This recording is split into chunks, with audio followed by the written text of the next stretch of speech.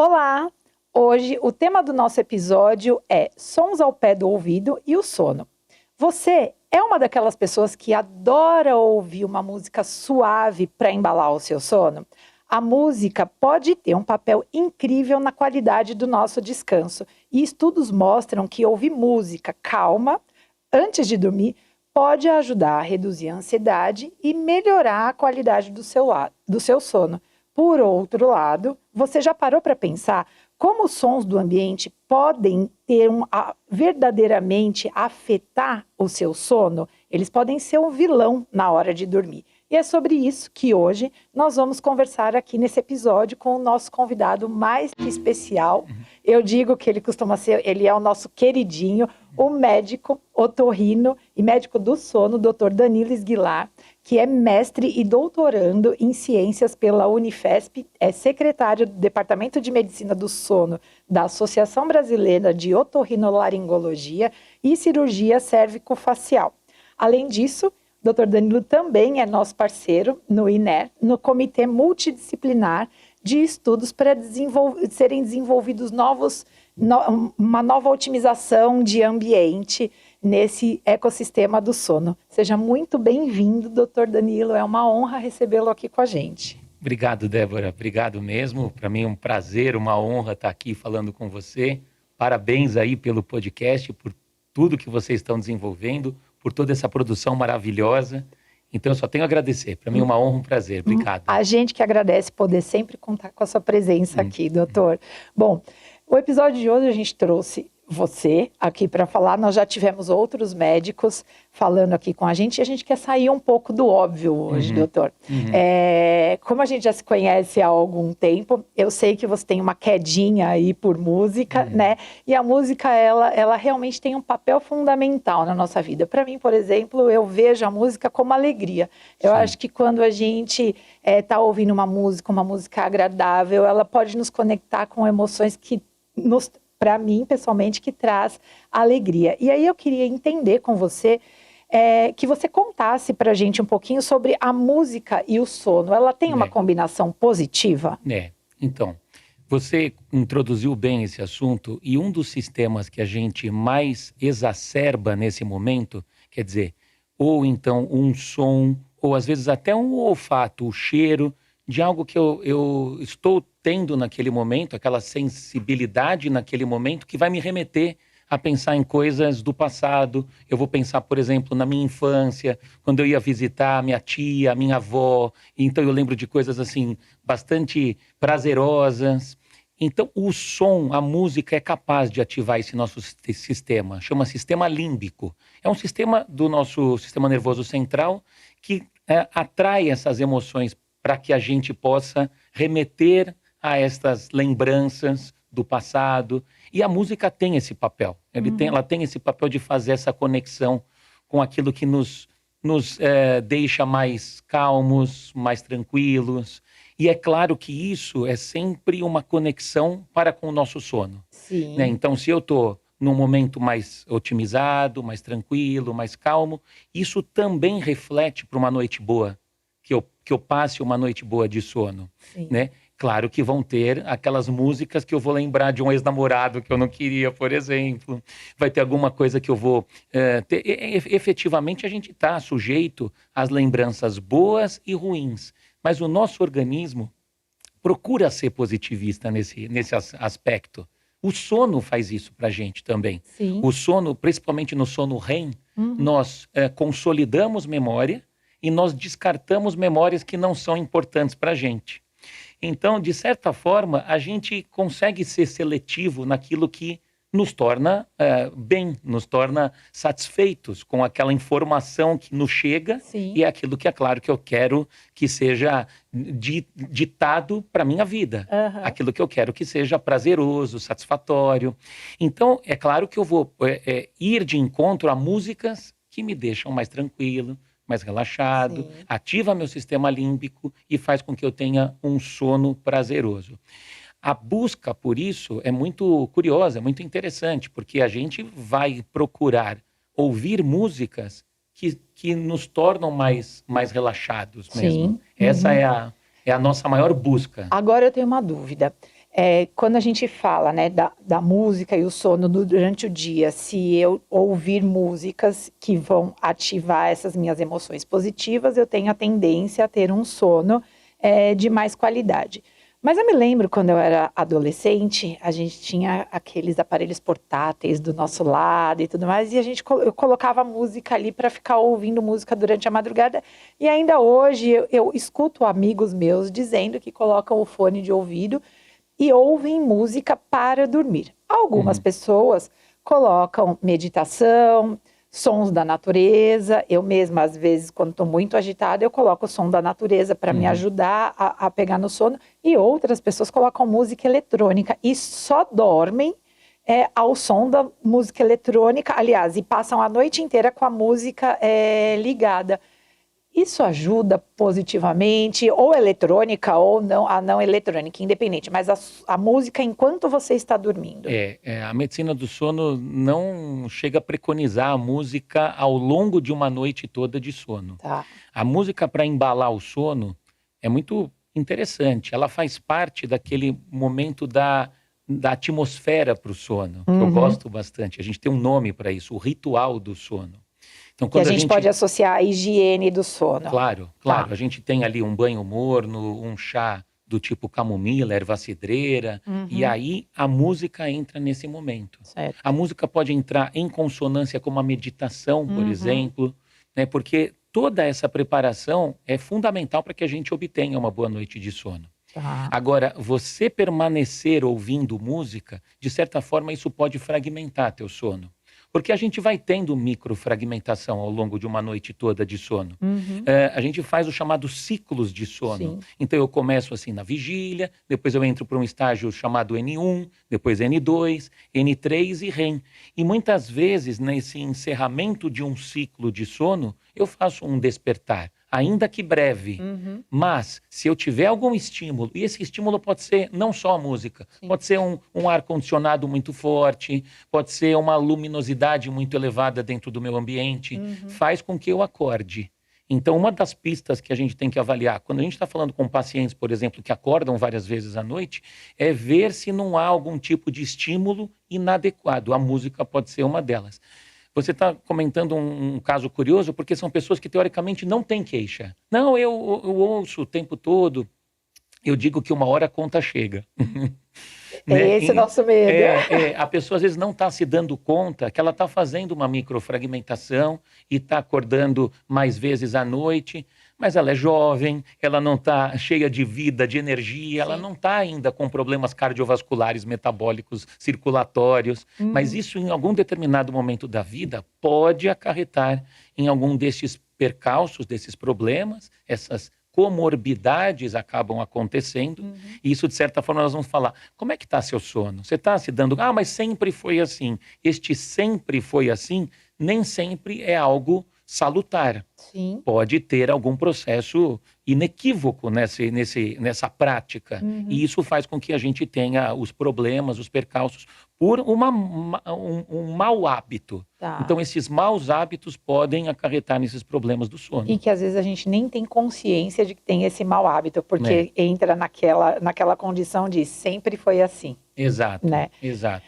Doutor, e assim, a dor, a gente sabe que sentir dor não é legal para ninguém, mas a dor é também uma das principais causas que as pessoas têm para conseguir pegar no sono. Sim. A gente está falando da música que conecta com a emoção, né? Nesse caso, quando você está fazendo a sua higiene do sono, mas você sente muita dor, a música, ela pode ter uma característica positiva para até ter essa melhoria daquela sensação, a melhora da sensação de dor? Sim, tem trabalhos mostrando isso para a gente, né? Então, é isso que a gente busca na literatura. Será que existem estudos condizentes com essa prática de melhoria da dor? E a resposta é sim, né? Você consegue fazer com que este paciente permaneça num sono profundo. O maior entrave dos pacientes que têm dor é quando eles têm intrusão de ritmo rápido no sono de ondas lentas. Isso é muito comum da gente avaliar em pacientes com fibromialgia, dores crônicas, inclusive dores oncológicas. Então, quando a gente está avaliando esses pacientes num ambiente de laboratório, em que eu estou avaliando o eletroencefalograma, eu imagino que quando a pessoa aprofunda no sono e ela está efetivamente no sono profundo, que é o chamado sono de ondas lentas, ela esteja extremamente relaxada. Pessoas com dores crônicas têm este ritmo rápido dentro de um sono que deveria ser o mais retilíneo possível, o mais tranquilo possível. Então, existem estudos mostrando que quando eu introduzo musicoterapia, muitas vezes em conjunto com tratamentos medicamentosos também, eu diminuo essa intrusão do ritmo rápido no sono de ondas lentas. Essas pessoas passam a ficar mais tempo num sono profundo e é claro que elas acordam mais descansadas. Porque o sono profundo é extremamente restaurador. Sim. É durante o sono profundo que, por exemplo, a gente ativa nosso sistema imune, nós ativamos nosso sistema metabólico, de regulação metabólica, de apetite, por exemplo. Certo. É verdade que quem não dorme bem tem mais chance de engordar. E muitas vezes nós estamos falando do sono de ondas lentas, que é esse sono profundo que eu estou amputando por determinados motivos. Pode ser uma apneia do sono, mas dentro do âmbito da gente falar da possibilidade dessas pessoas terem dor, a associação de música é extremamente prazerosa e acaba auxiliando. Outro dado importante, ansiedade e estresse. Em alguns trabalhos também falam que isso pode minimizar com o uso da musicoterapia em consonância com tratamentos medicamentosos. Então, e aí você está falando, são duas questões que eu acho que são bem separadas e a gente tem que olhar com mais consciência para isso, né? Então, por exemplo, quando a gente fala de dor, é algo que você já tem um impacto importante, né, no seu sono, na sua condição física e até mesmo emocional, porque a dor, ela também te causa um impacto emocional do estresse, né? Sim, sem dúvida. E quando eu falo da responsabilidade, é a seguinte: a gente iniciou aqui falando somente sobre a música, então eu pego o meu celular, que não deve estar do meu lado, mas vamos lá, ele está lá do meu lado na hora de dormir e eu coloco uma música. Mas existem terapias hoje direcionadas para isso, como, por exemplo, a musicoterapia que você está falando, porque às vezes a gente pode se equivocar naquele som que você está colocando, achando que aquilo vai estimular o seu sono, quando na verdade não está estimulando, que foi aquilo que a gente falou, tem que conectar com emoções positivas, né? E a musicoterapia, ela é um tratamento que é prescrito também pelo médico do sono, é isso? Olha, normalmente a gente está em face de tratamentos combinados nesse momento em que a gente quer oferecer para o paciente o tratamento, por exemplo, para uma dor crônica ou para uma insônia. Então, eu diria que a gente tem uma equipe multidisciplinar para isso. Então, quem costuma falar, o médico fala, obviamente fala, mas a gente tem uma rede de apoio, por exemplo, com os nossos psicólogos, né, que fazem muito essa interface com terapia cognitivo-comportamental, e aí eles incluem dentro destas visões mais práticas a música também. Agora, é muito individual. Certo. Né? A gente sabe que nem sempre a música vai ser prazerosa para todas as pessoas. Né? Há músicas que vão, por exemplo, desencadear uma lembrança, como a gente começou a falar no início da nossa conversa, ou então vão ser hiperexcitatórias para a pessoa. Então, depende também do tipo de música. Isso é estudado. Né? Uma música, por exemplo, que utiliza piano e violino, ela é mais prazerosa. Há uma música que vai ter batidas, como você usou aí o termo de alguém usar música eletrônica, já é mais excitatória. Já é uma batida de música que, teoricamente, vai mais te deixar hiperexcitado do que te deixar mais relaxado. Então, o tipo de música influencia. E também a pessoa que vai receber esse tipo de informação também depende do quanto ela recepciona a música para ela. Exemplo, se eu sou músico e eu comecei a colocar uma música, e eu trabalho com isso, porque quando eu tiro uma música, e eu estou falando de mim mesmo, Sim. porque eu toco e eu tiro muita música de ouvido. Aham. Eu toco em banda e a banda exige que você tire muitas coisas de ouvido. Então, é peculiar. Eu não vou me colocar como músico, né? Eu sou um músico das horas vagas. Que é uma delícia. Mas, de certa forma, a gente tem um ouvido aguçado para ver o tipo de instrumento. O que será que ele está fazendo aqui? É uma guitarra? Aham. É o próprio timbre do teclado? A gente fica ouvindo para saber de onde está vindo essa sonoridade, às vezes diferente. Para mim, é muito ruim colocar música perto da hora de dormir. Sim. A não ser que sejam aqueles ruídos. Um ruído que a gente chama de ruído branco, que é um ruído neutro, que aí também pode ser adequado, prazeroso. Sim. Eu sou otorrino também, e muitas vezes eu uso esse ruído branco para mascarar, sabe o quê? Zumbido. O zumbido, para muitas pessoas, dos melhores tratamentos para zumbido é a terapia de habituação sonora. Chama-se terapia de habituação sonora. Então, você vai na frequência do som que a pessoa tem aquela manifestação do zumbido. É possível até avaliar a intensidade do zumbido, chama-se acufenometria. Mas se você não quiser fazer esse detalhamento do zumbido, você mesmo pode fazer o mascaramento daquele som que você tem ali do teu zumbido. Então, de certa forma, esse ruído pode auxiliar para que você entre na atmosfera do sono também. Então, você vê que eu estou dando várias facetas dentro de um conceito que é muito individual. Claro. Olha, para uma pessoa pode ser muito prazeroso, para outra quem tem um ouvido absoluto vai ficar vendo solfejos, arpejos e timbres diferentes. Mas você sabe que é bastante curioso isso que você está falando. Eu me lembro de uma experiência que eu tive. Entrei uma vez no avião para fazer uma viagem mais longa e uma dessas playlists que tem mesmo, né, na programação da própria aeronave, e eu encontrei lá uma playlist que eram clássicos do rock ao som do piano.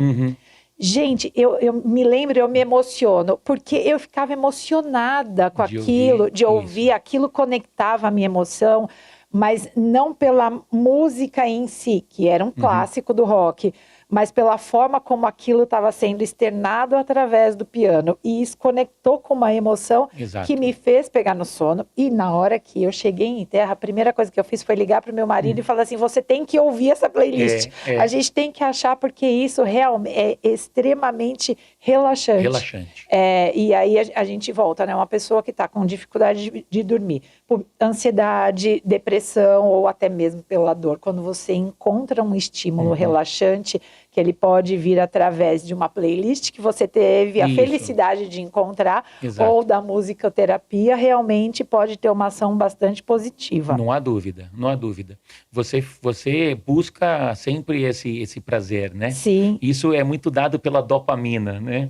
Que você busca o prazer, você busca recompensas. A gente tem muito esse nosso sistema dopaminérgico aguçado. Exatamente. Doutor, como você falou, você é músico, você nas horas vagas, você também é músico, e eu acho que isso te traz um estímulo dopamínico incrível, né?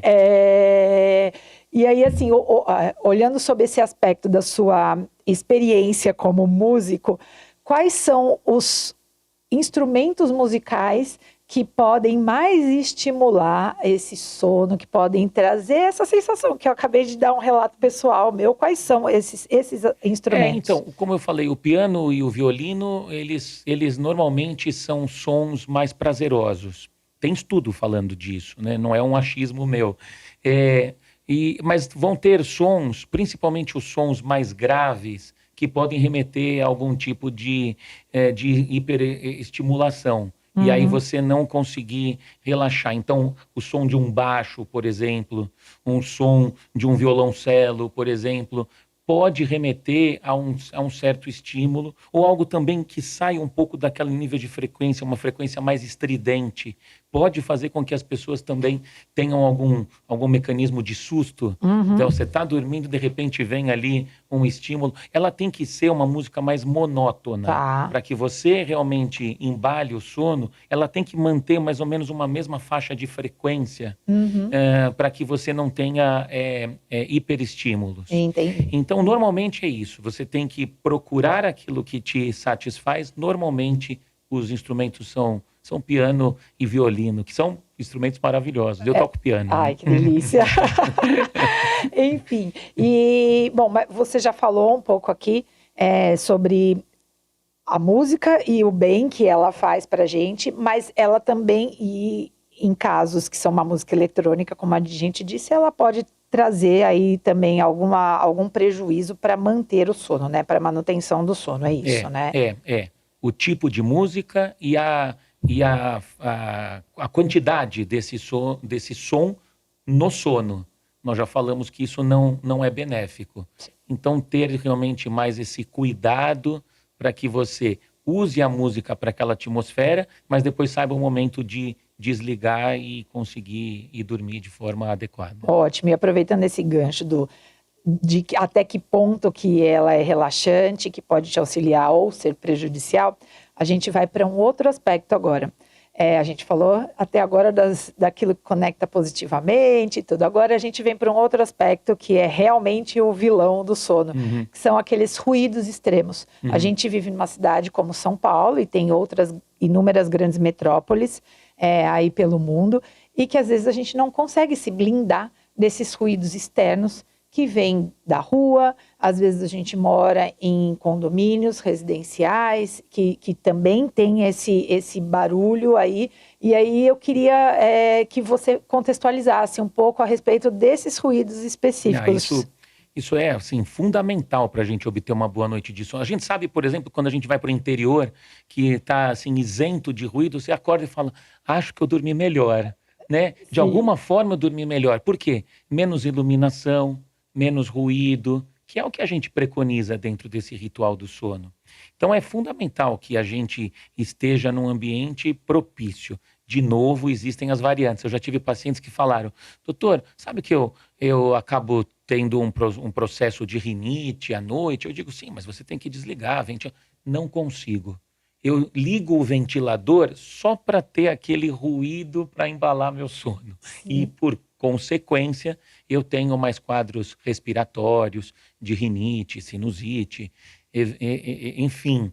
Então, é claro que a gente não tem isso como uma verdade absoluta para todos. Há quem precise de um ruído. Eu já tive mais de um paciente me relatando necessidade de um ruído de fundo, super curioso, super assim, né? E de certa forma contínuo, monótono, numa frequência baixa. Pode ser, por exemplo, um barulho de um ventilador, ou quando a gente coloca também nos nossos celulares, aplicativos, a gente pode colocar um barulho de vento, de mar, que faz com que a pessoa mantenha. Mas é claro que para a grande maioria das pessoas não ter este estímulo, prevalece que a gente tenha melhor noite de sono. Tá? Para a grande maioria da população, a nossa recomendação é ambiente escuro, sim, é ambiente silencioso, é um ambiente arejado. Na época do inverno, a gente também acaba fazendo algum tipo de entrevista. A gente, às vezes, conversa com colegas jornalistas. Doutor, por que é tão diferente dormir no inverno? Né? E a gente diz, a temperatura, muitas vezes, dificulta. Com que e o calor também é ruim. Então, calor extremo, porque a gente joga as cobertas para fora. Então, tudo que é em extremo é ruim para o nosso metabolismo. Né? Falando em temperatura, quando a gente está dormindo, a gente reduz um pouco a nossa temperatura corporal. Sim. Né? Então, faz parte do nosso metabolismo essa oscilação, por conta da melatonina, que aumenta à noite, a gente tem o descenso da curva de temperatura. Então, de certa forma, Débora, a gente precisa buscar sempre o nosso âmbito de excelência, claro, o nosso nível de excelência. E o nível de excelência, de novo, é com pouco ruído, ou que iluminação. A gente vai buscar isso o tempo todo. Eu, pelo menos, quando vou viajar, quando eu vou para fora, falo, caramba, que diferente, essa cama tem alguma coisa, Exatamente. eu durmo melhor. As Sim. pessoas normalmente dormem mais, parece que esticam um pouco mais o sono, porque claro que se você está numa condição ideal de colchão, de travesseiro, Claro. né, você tem que ter um ambiente propício para isso, mas quando você tira, e também não é diferente, mas quando você está fora, quando você vai viajar, por exemplo, você está com a sua cabeça mais desligada. Sim. E essa é uma das práticas que a gente faz dentro daquela TCC que nós falamos, da terapia cognitivo-comportamental, que é você procurar esvaziar a mente, esvaziar a cabeça. Essa é uma das práticas legais também que a gente tem que fazer e muitas vezes naturalmente a gente obtém esse relaxamento. Eu estou nas férias, eu tirei da minha frente as preocupações que porventura eu tenha, eu durmo melhor. Ah, com certeza, mas sabe que tudo isso que você está falando é incrível como conecta. Nós tivemos aqui um arquiteto conversando com a gente, que ele faz, a empresa onde ele trabalha faz certificação para quartos, para um ambiente mais saudável para o sono. E falando sobre os ruídos, ele falou exatamente sobre isso. A gente precisa certificar para entender se o apartamento que você mora não passa tubulação e vem aqueles ruídos do cano da tubulação que está acontecendo ali ao longo da noite. E quando você está naquele estágio do sono onde você tem um despertar, tem alguma coisa que você não sabe o que é. Que você não sabe o que é, não, que você não consegue nem te identificar, que te tira o sono naquele momento, e você não consegue ter essa identificação. Isso especialmente, por exemplo, para pessoas que têm o chamado baixo limiar do despertar ou um sono mais superficial. Você imagina como é ruim para essas pessoas morarem num apartamento que, por exemplo, a minha vizinha de cima acorda às 5 horas da manhã e põe o salto dela e começa a andar. Exatamente. Então, outras pessoas falam, olha, se a minha vizinha andar, der cambalhota aqui em cima, eu não vou ouvir absolutamente nada, eu tenho um sono mais profundo. Então, existem essas particularidades, existem realmente essa individualização do diagnóstico e, quiçá, do tratamento para essas pessoas, para que a gente possa... Então, hoje, numa consulta, é muito individual todos esses relatos. E é muito individual e, assim, o quanto impacta, né? Às vezes a gente fala, uma pessoa que não tem um problema de distúrbio de sono e nem nada disso, fala assim, poxa, tá tão distante isso para eu ir até um consultório médico, procurar um médico do sono e tal. E eu nem comentei nem com você e nem com ninguém da equipe aqui antes disso, mas eu acabei de ter um insight, eu me lembrei que lá no início da minha carreira, eu fiz Direito e fui estagiária de Direito em um escritório de advocacia.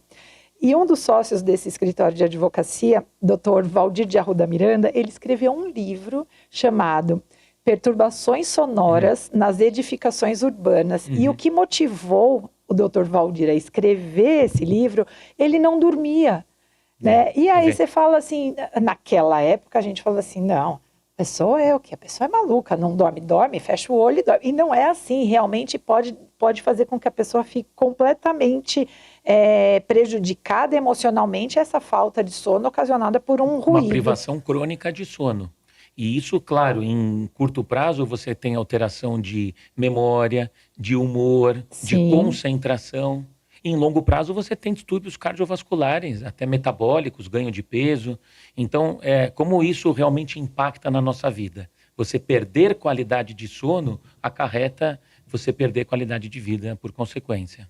Com toda certeza, doutor. E aí, assim, eu acho que a gente chegou num ponto aqui do nosso bate-papo que a gente falou de música, sobre a medicina do sono, nós transitamos aí por todos os ruídos, e tivemos que trazer aí à tona um arquiteto que eles fazem toda essa certificação do ambiente do sono. Me lembrei no meio da entrevista de um advogado que sofria com essa questão de não conseguir dormir em função de um ruído que deixava ele completamente perturbado. Motivou até escrever um livro. Exatamente, exatamente. E aí a gente entende que como as coisas são multidisciplinares, né? A gente realmente precisa de uma avaliação de vários âmbitos para que a gente possa dar um passo para a sociedade, para que tenha uma evolução.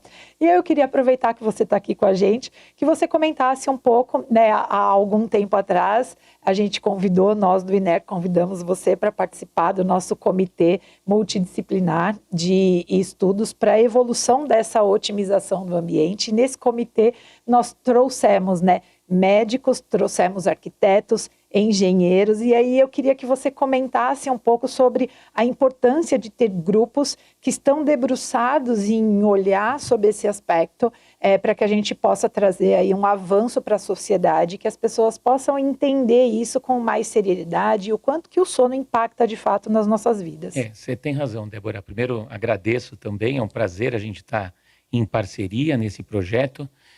Eu diria que, e quando a gente começou a falar sobre tudo isso, foi muito curioso, porque assim, a gente fala de uma série de condições para se obter boa noite de sono e às vezes esquece de falar do colchão, do travesseiro, do que a gente hoje chama como ergonomia do sono. Sim. Né?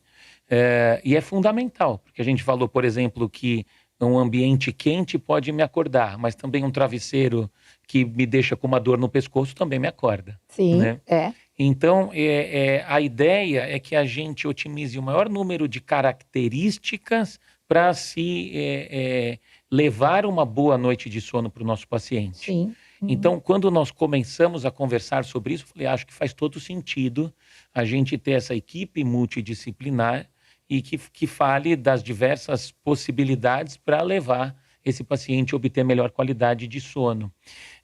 Então, eu acho que a gente tem muito a desenvolver, né? Acho que a gente tem muito a acrescentar, e isso a gente vai conseguir através de pesquisas, Claro. né, de insights científicos, clínicos, para que a gente possa mostrar para a população que, de fato, nós precisamos de várias ferramentas, né, em conjunto. E aí, é isso que é o bonito da medicina do sono, né? Você tem o próprio médico do sono atuante, mas você tem um fisioterapeuta, por exemplo, atuante, você tem as pessoas ali em face ali do tratamento, como, por exemplo, o fono, o dentista, né? Você Sim. tem o psicólogo, o psiquiatra. Tem várias vertentes a serem avaliadas. Né? E para cada paciente você vai ter essa leitura um pouco mais acurada. Para esse paciente eu vou precisar falar mais do ponto de vista de postura. Então eu vou precisar de um ortopedista em conjunto com um fisioterapeuta.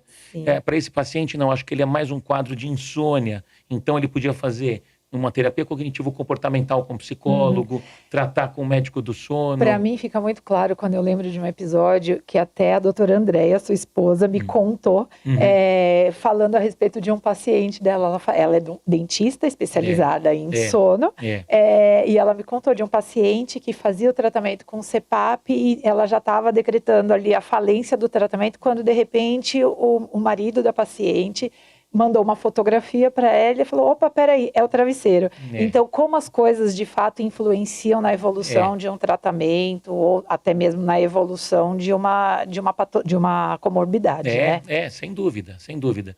E às vezes essa leitura não é fácil. A gente fica pensando muito no que pode ser feito ali no consultório, mas a gente não está no ambiente. Né? E você não sabe. Bom, agora você me lembrou um outro episódio que um colega médico contou para mim, dizendo, olha, você está usando o CPAP? Não, eu não estou me adaptando ao CPAP, não está. Então tá, qualquer dia você traz o CPAP aqui na consulta? Tá. Coloca o CPAP para mim, por favor. Ele pegou e colocou a marca invertida. Né? Então, ao invés de colocar aqui na face triangular aqui do nariz, ele colocou o inverso. Então, não vai funcionar de todo jeito. Mas você vê, se ele não faz essa leitura de pedir para o paciente trazer o equipamento, colocar na frente dele, você jamais saberia avaliar se esse paciente não está aderindo, porque ele realmente não gostou, porque ele realmente não vai se adaptar, ou porque falta um traquejo, às vezes, da gente conseguir dar um pequeno conselho que vai fazer toda a diferença no futuro. Ótimo. E por falar em conselho, a gente está chegando aqui ao final já do nosso tempo, mas óbvio que eu não vou deixar com que os nossos ouvintes deixem de ficar com o conselho do nosso médico querido, que é o Dr. Danilo Sguilari. Então, o que você quer deixar como aconselhamento aí para que as pessoas possam ter um sono de qualidade, doutor. Eu gosto sempre de uma frase que já foi tema de uma campanha da nossa Associação Brasileira do Sono, que dormir bem é envelhecer com saúde. Eu adoro essa frase. Eu adoro essa frase, porque nesta frase a gente consegue compilar dados do presente e dizer aquilo que a gente pode ter de benefício no futuro. Sim. Então, eu acho que é fantástico a gente ter algo que a gente possa fazer hoje para que eu seja uma pessoa melhor no futuro. Excelente. Né? Então, e isso vale em termos de saúde física, mental também. Sim, né? sim. Então, dormir bem e envelhecer com saúde. É uma sugestão de reflexão sobre isso, né? Sem dúvida. Doutor, muito obrigada. Um prazer enorme tê-lo aqui com a gente. Eu queria que você deixasse as suas redes sociais, se você quiser deixar aqui, para que o pessoal possa te seguir também, acompanhar todo o seu trabalho. Fica à vontade. Sim, obrigado. Eu estou no Instagram como Dr. Danilo Esguilar, eu tenho lá um ponto no meio, Dr.Danilo.Esguilar, mas a pessoa, se colocar Danilo Esguilar, já vai me localizar lá. Eu estou super à disposição, para mim é sempre um prazer, uma honra, para as dúvidas também, claro, a gente está sempre à disposição. Então, para o que eu puder contribuir, contem comigo. Muito obrigada, doutor. Sempre um prazer tê-lo aqui com a gente. E para você que nos acompanhou até agora, até o finalzinho desse episódio, também agradecemos muito. E não esqueçam de nos seguir lá nas redes sociais, no Instagram, @proespuma e @inerooficial. E esse episódio fica disponível no YouTube e no Spotify. Muito obrigada e até a próxima.